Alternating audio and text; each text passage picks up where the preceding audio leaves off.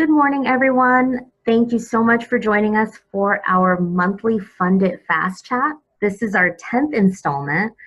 Please look out for us every second Tuesday of the month as we bring you valuable financing and project information. A little housekeeping here. Next slide, please. A little housekeeping here. Please note your microphones have all been muted upon joining the call. If you have any questions, please submit them using your chat box at any time during the presentation. We always designate some time at the end of the call to address all questions. If for any reason we aren't able to get to your question during that time, please look out for our follow-up email shortly after the call. We will address any unanswered questions as well as provide you with a link to the recording of this presentation. So this month, we focus on water infrastructure projects and financing. Quite often, energy expense associated with water treatment and wastewater represent as much as 2/3 of municipal energy costs. So savings in this area can go a really long way.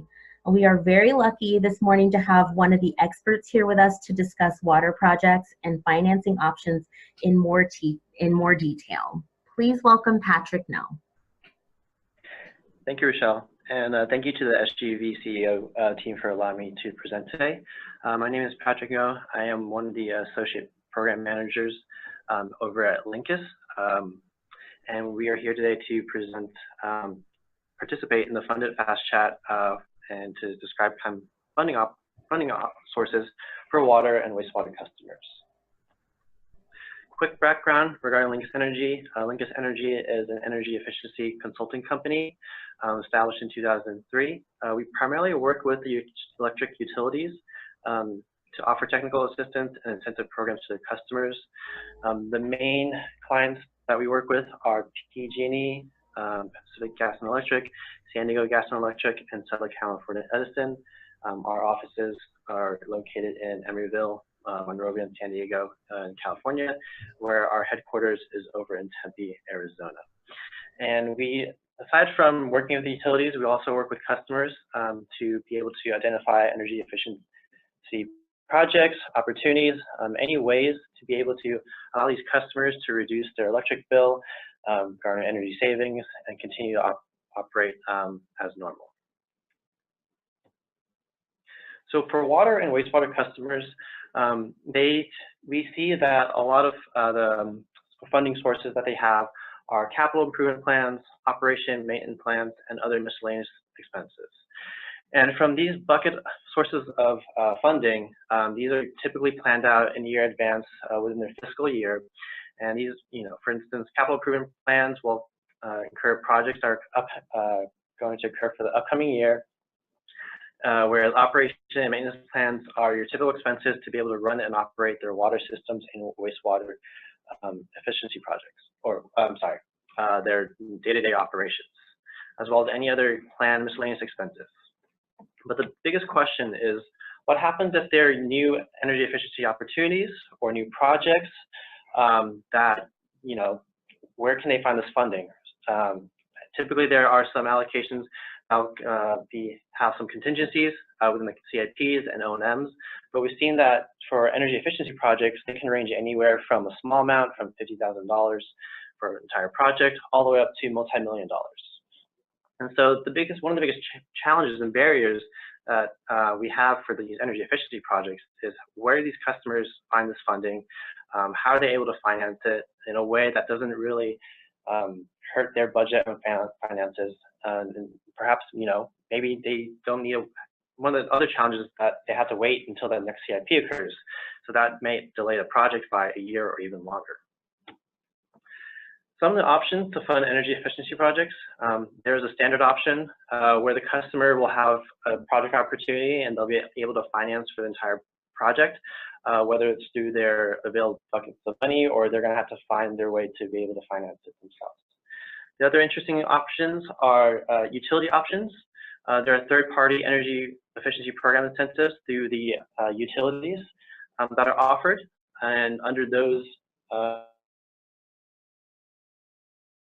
financing at 0% interest loans. And with that category, there are different types of on-bill financing. There's the incentive option, and then there's a non-incentive option. There are also government options, but some of the interesting options are the incentive option, where the customer will receive the loan and incentive once the project has been installed and verified. For this option, since incentives are being issued and they are being using ratepayers' dollars to fund these incentives, the project has to go through the utility requirements and CPUC requirements in terms of the project scope, which means that the project has to be developed. There has to be influence shown that the program had assisted the customer to perform the project. It has to go through review through the utilities and also the CPUC as well, on the pre-installation stage and also the post-installation stage. So there's a lot of scrutiny, there's some additional steps that are required to be able to provide the customer with the incentives as well as the on-bill financing loan. A new interesting option that's available this year only for PG customers is a non-incentive option, where the customer will only receive the on-bill financing loan at the completion of the project, where they will not receive any incentives in this manner. And the benefit of this process is that it's a much simpler process. There are less paperwork to be signed. The review is less stringent, and we're able to move the project in a much more quicker time frame. Some of the government options that are available to water and wastewater customers is the Clean Water State Revolving Acts. This is a federal state program that'll help for a wide variety of energy efficiency projects. The interest rate for the California is typically around 1.7%.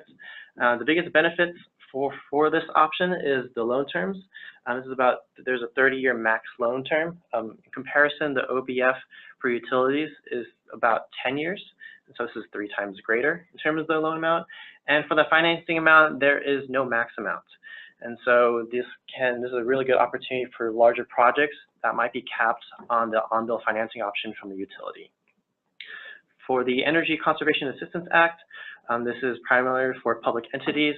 They have an interest rate of about 1%. And then the biggest benefit here for this particular one is the loan term, which has a 20-year maximum loan term. Some creative solutions that we've been seeing is there's a case study for the Southern California Anderson WISE program. This was a comprehensive project that included both pump efficiency improvement and pump sequencing. And the customer had challenges with funding the project initially, and one of their options was to wait until the next fiscal year to plan for their CIP. Another option was to go out and see what other buckets of funding are available. And to move forward with the project, the customer was able to use their operations and maintenance budget to upfront the project costs. And then they were able to convince their board to use on-bill financing from the utility to be able to replenish their operations and maintenance funds. The loan amount for this project was about $500,000, and this allowed the customer to complete the project much sooner and to be able to fund other projects, energy efficiency projects, ahead of time. I think this project allowed it to advance by a year, which is really good, which allowed the customer to reap the energy savings as well as the upgrade equipment much sooner.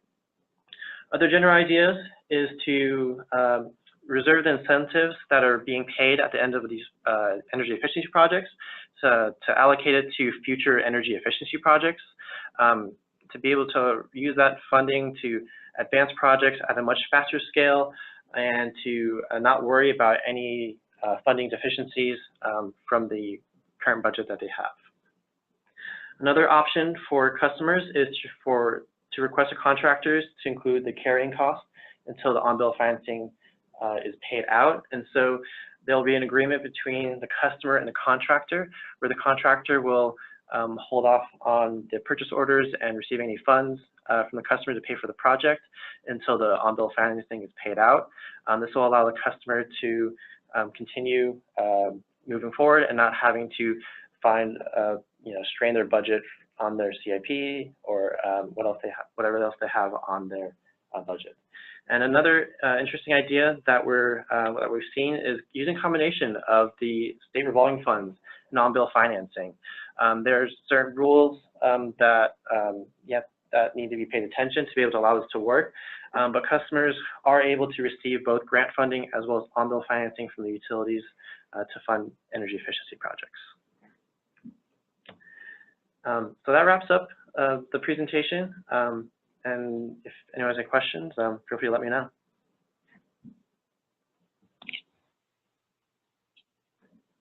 Do we have any questions for Patrick?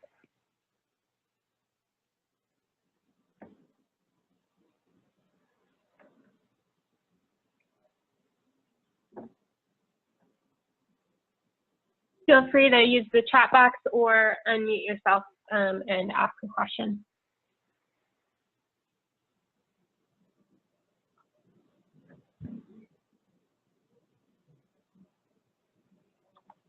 Okay, in the meantime, Patrick, would you mind advancing the slides? Great, thank you. Feel free to connect with us at any time through social media, the phone, email, or on our website, sjvcleanenergy.org. This video has been recorded and will be posted on our website by the end of the day.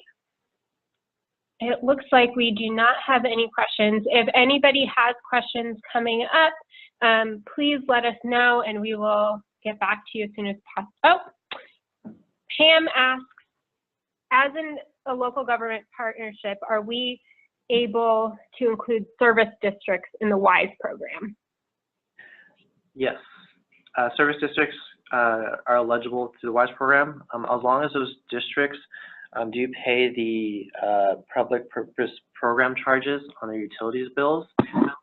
The other big key takeaway is that the customer has to be pulling energy from the grid. If there's any solar or any other self-generation that is generating more than what they're consuming from the grid, then they are ineligible. But yes, those type of customers are generally can go through the WISE program.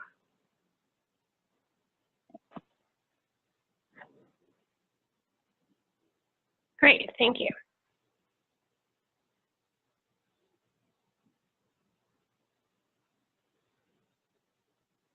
All right, well, thank you to Patrick for this very informative presentation, and thank you all for joining us this morning.